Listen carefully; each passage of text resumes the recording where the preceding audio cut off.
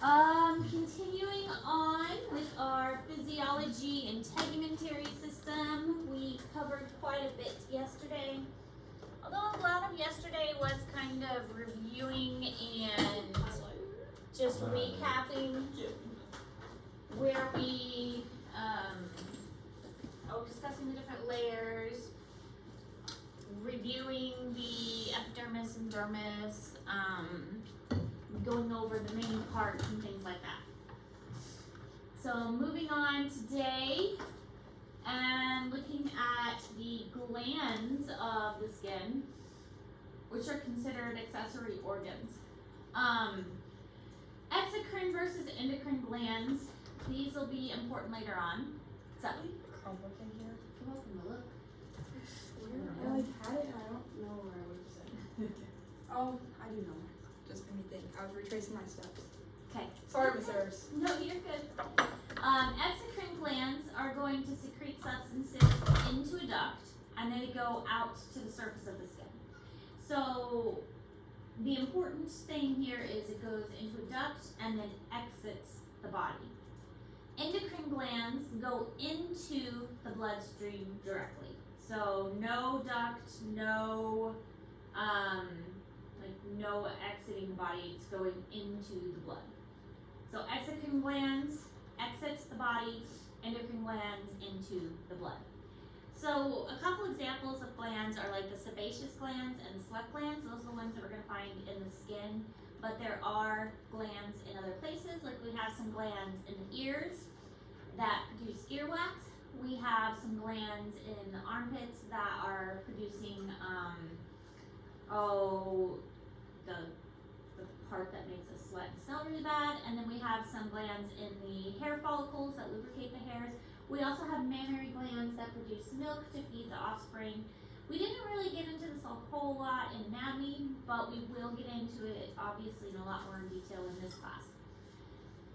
Hair follicles, hair, and nails are also the other accessory glands, or not glands, accessory parts of the hair or skin. I can't talk today.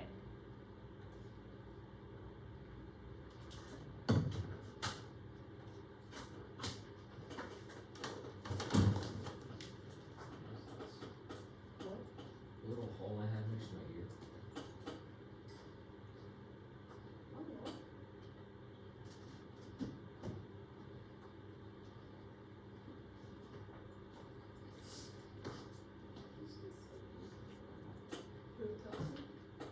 Whose this is? This is Claire's.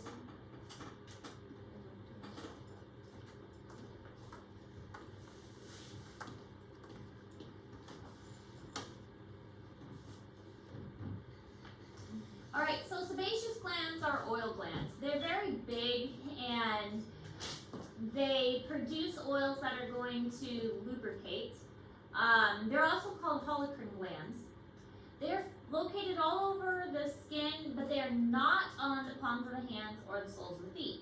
So your hands themselves don't really get the oiliness on your hands or on your feet. They do get sweaty, like your hands will get sweaty, but they don't get oily. They produce something called sebum, which is the oil, and it makes the skin soft and moist. It prevents the hair from becoming brittle, and it will also kill bacteria. So it has several different functions that go with it. Most of them are going to have ducts that empty directly into the hair follicles.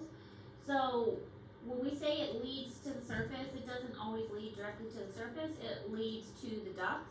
And these will typically get activated at puberty, which is why you start to get more body odor the older you get, or closer you get to puberty.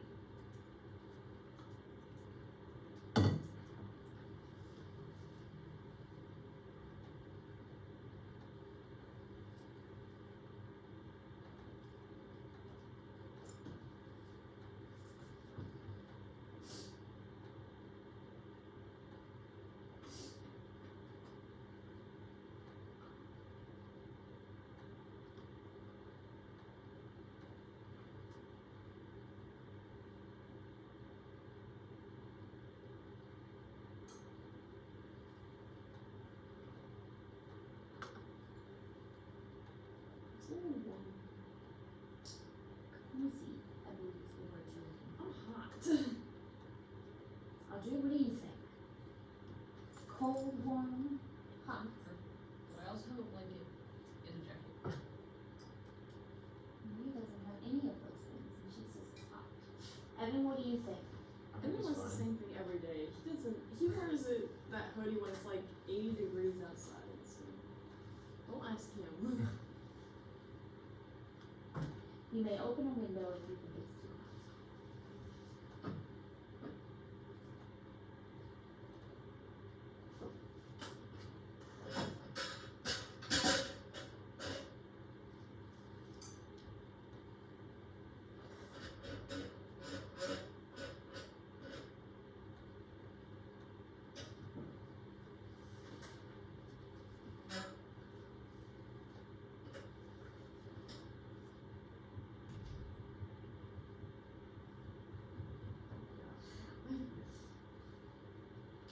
Y'all just drink more cold water.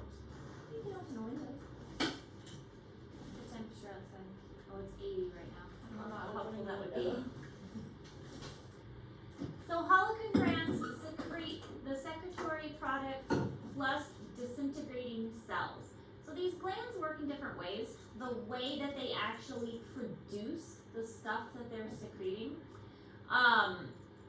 Sometimes, like we learned about vesicles and like how vesicles will carry materials and then secrete it. Cells that are producing things in a gland, they can release the materials they're producing in a vesicle, but a holocrine gland, it actually produces part of the cell. Like the cell itself is disintegrating a bit, and that's what gets released. So it's kind of gross when you think about it. The material is actually part of the cell that's broken up. Meibomian gland of the eyelid is another example of a holocrine gland. So the eyelid produces, you know that gunky stuff you sometimes get, like crustiness? That is this meibomian gland, and it produces that gunkiness. This is like a picture of it here in the eyelid. And sometimes like if you get like an eye infection or something and you get all of that goofiness in the eye. Babies sometimes get that, like eye infections, and it produces lots of goofiness in the eye. But it's the gland actually producing part of itself, like the actual cell is getting excreted. This is kind of gross. And I believe I have, I'm just jumping ahead to see if I have pictures of, yeah, okay. We'll get to this picture because I think this picture does a good job of showing it.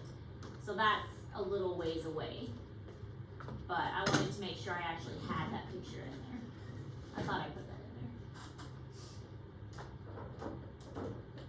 Yeah, I got all of those glands wrong on the anatomy test. I won't this year though.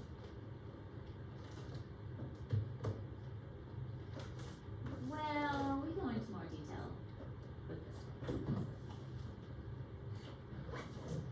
So here is a hair follicle, and this is the sebaceous gland, and you can see how it connects to the hair follicle itself. So it's right up against the hair follicle, and it releases its products into the hair follicle, so the two are like kind of joined together, and that means it's going to lubricate the hair follicle, and the material gets released around where the hair comes out. So the hair is benefiting from that gland. Now this is different from the sweat gland. The sweat gland is called a sudoriferous gland. I think of it as, it looks like it has the word odor in it, and sweat produces odor. So that's how I remember it. So the sweat gland is a sudoriferous gland, and they are very widely distributed around the skin. And there are two types that fall under the sudoriferous gland. The eccrine are also known as merocrine glands, and then there's the apocrine gland. So the eccrine, merocrine glands, and the apocrine glands. fall under the sudoriferous. So think of the sudoriferous as kind of like a category, and then the eccrine and apocrine fall under the sudoriferous category. You can almost kind of picture it as like a flow chart.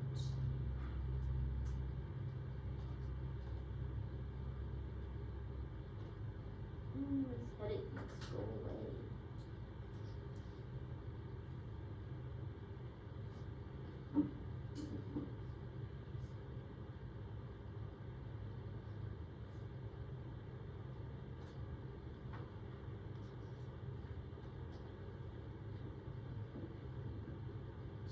Stop doing that. What do you do this time?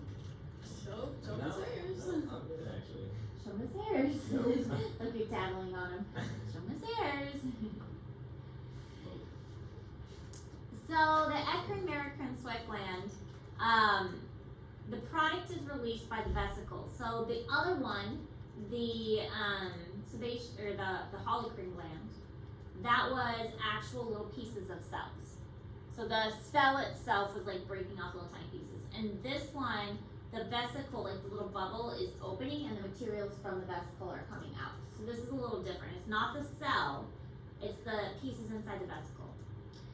This is the most common, and they are, the secretory unit is deep inside the dermis.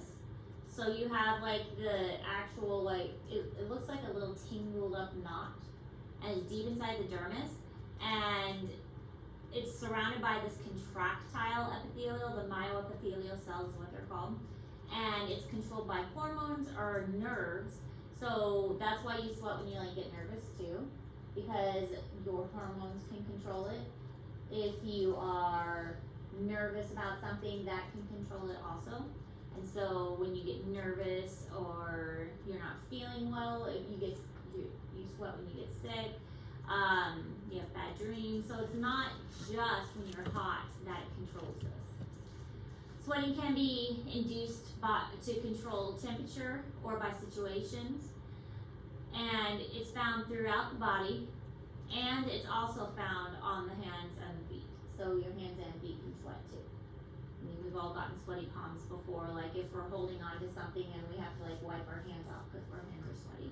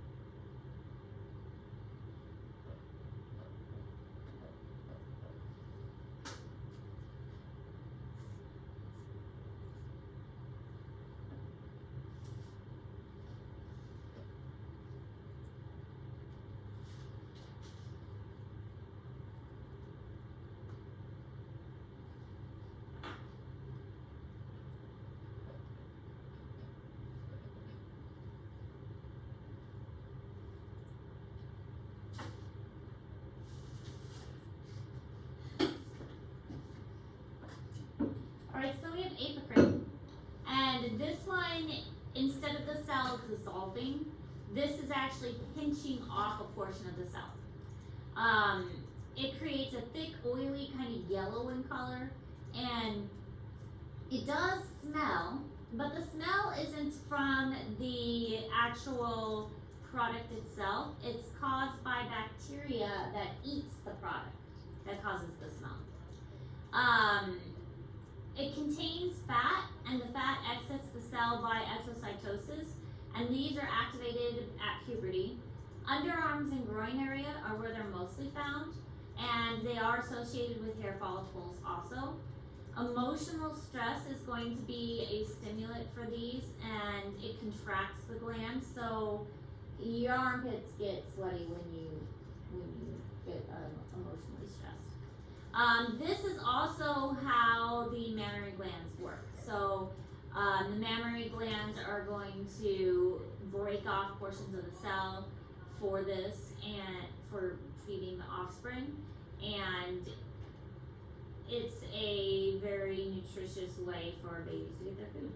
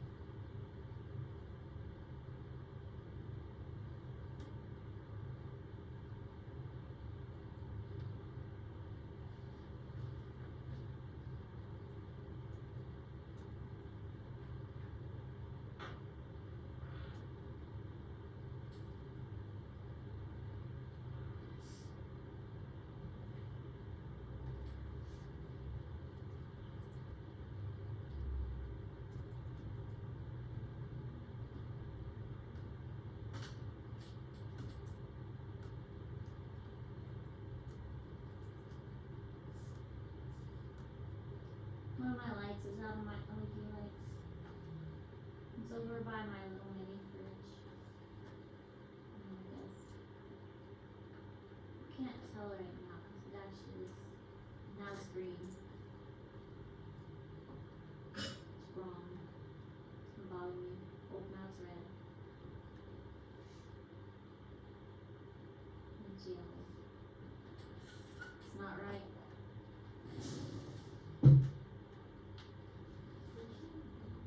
It's over by my, like behind my desk, by my little mini fridge. There, now it's green. There's like two of them. Is there two? Great, now it's really gonna bother me. Oh, it's flashing. Yeah, there's one next to it.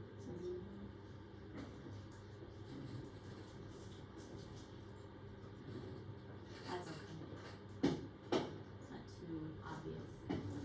So here are the secretory cells. These are sebaceous glands. And they're much thicker. This is obviously a cross section with the innermost portion here. And these are connective tissues surrounding it. Here are multiple types of glands, but all of them exocrine, leading out into ducts and to the surface. We have the eccrine gland here, leading out to the surface, and we have an apicrine gland. This one connecting to a hair follicle, and that going to a surface, and then the sebaceous gland right there. All right, then the ceruminous gland. That was just fun to say, ceruminous gland. This is produces the earwax, only found in the ears. It's a type of apicrine gland. Sudoriferous, it's kind of like a combination of apicrine and sudoriferous in the ear that makes the earwax. A mixture of sebum, cerumen, and dead epidermal cells. That's a great combination. Protects and waterproofs the ear canal and could potentially develop tumors, which is, great. So all of that helps to, lubricate and waterproof the ear canal and prevent any debris from getting in there and make sure that our ear is protected. But obviously, earwax is only found in the ear.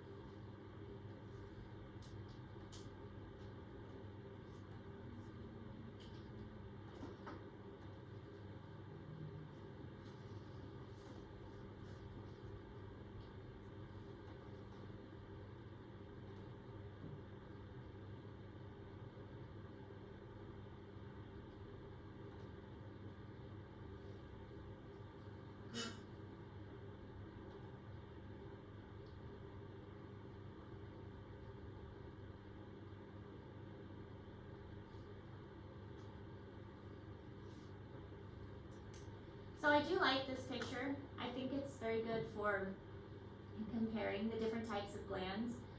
So I put it in Google Classroom for you. But I like how it shows what they produce. So here's American gland, or also known as the eccrine gland. And the secretions are made by vesicles. So the cell itself isn't lost. All of the little things that come out of the gland are from vesicles, and the vesicles are exocytosis. They go to the surface of the cell, the vesicles expel into the open little cavity, and then it goes out to the surface. So the cells maintain their shape. Then we have an apocrine gland, and with the apocrine gland, little portions of the cell are kind of chunked off and go out. But the cell, it doesn't die completely, it's just like little chunks of the cell flake off and go out. Now the holocrine gland, it's the entire cell that is shed. So we've got the whole shell of the cell, including the nucleus, is kind of sloughed off and shed out. So this is like going like small scale and then full scale, we've lost a whole cell. So with this one, it's going to have new cells forming underneath and constantly replenishing. So these are sudoriferous examples, and this is a sebaceous example. So sebaceous is much more oily, much more thick, and these two are sudoriferous, more liquidy examples. Alright, and again, I find it kind of confusing the way that it's categorized, so I'm trying really hard to make it a little easier to categorize it. So I tried my best to summarize it and easy to understand, like bullet points and like indentions of how it would be classified. So a sebaceous is oil, and underneath the sebaceous you've got holocrine gland. And sudoriferous is sweat, and under that one you've got subcategories of eccrine, americrine, and apocrine. And then the ceruminous is kind of in its own little grouping, and its earwax is the only thing that really falls under there, and it's a modified apocrine. So I tried to put it in as simple terms as possible with like these little indents to make it as easy to understand as possible. So hopefully that makes it a little easier. Because sometimes it can be confusing, like, okay, well, a holocrine and sebaceous are the same thing. It's just sebaceous is the overarching title, or the overarching category, and holocrine falls underneath that. Just like eccrine and apocrine are types of sudoriferous glands, and sudoriferous is the overarching grouping for that.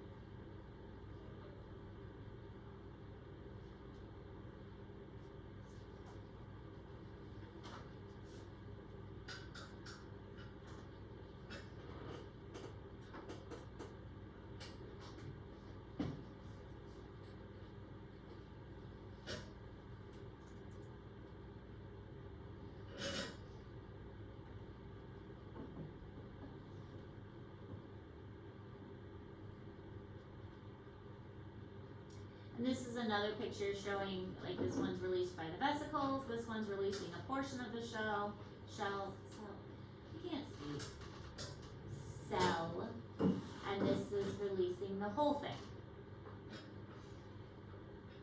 Ooh, a video. Yay for videos. Some glandular cells are classified as merocrine glands because after products are synthesized in the endoplasmic reticulum, they are processed by the Golgi and then released through exocytosis. Most glands in the human body are merocrine glands, such as the salivary glands, the glands of the pancreas, and the eccrine sweat glands, which release the watery sweat for thermoregulation. Apocrine glands release a portion of the cytoplasm which is pinched off from the apical portion of the cell. There are glands known as apocrine glands in humans which produce the type of sweat which results in body odor. And mammary glands were considered to be modified versions of this type of sweat gland. Recent research has called into question whether true apocrine sweat glands exist in humans, and whether the glands formerly known as apocrine sweat glands in humans should better be classified as merocrine glands. So this will require further study. In glands classified as holocrine glands, dividing cells synthesize a number of products, and then the entire cell ruptures, and it is the contents of the cytoplasm then which constitute the secretion of this gland. The sebaceous glands which secrete sebum are holocrine glands.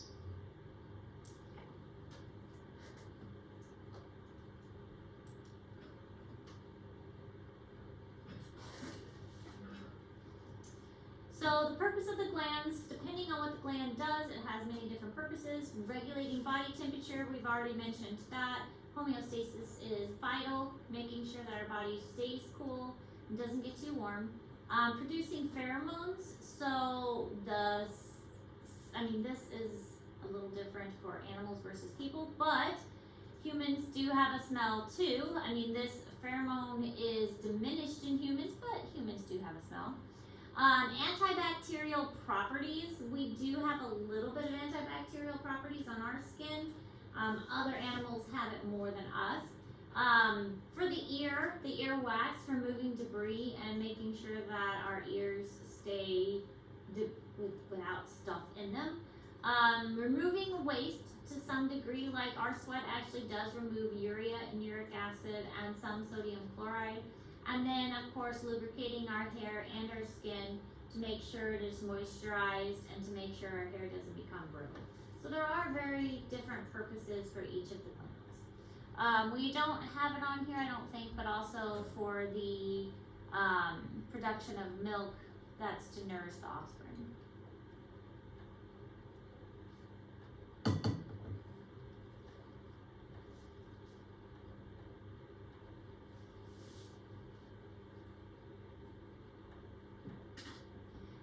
Why though?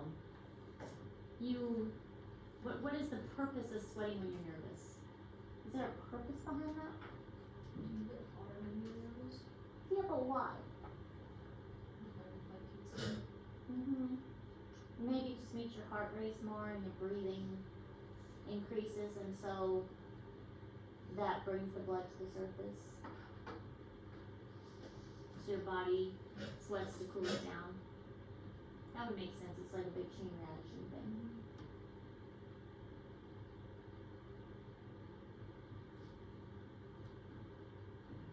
Look, we finished notes. Oh, we are doing good being on track. Oh, good for us. Okay, how are we doing on the assignment? I have not started. As I stare daggers at Audrey.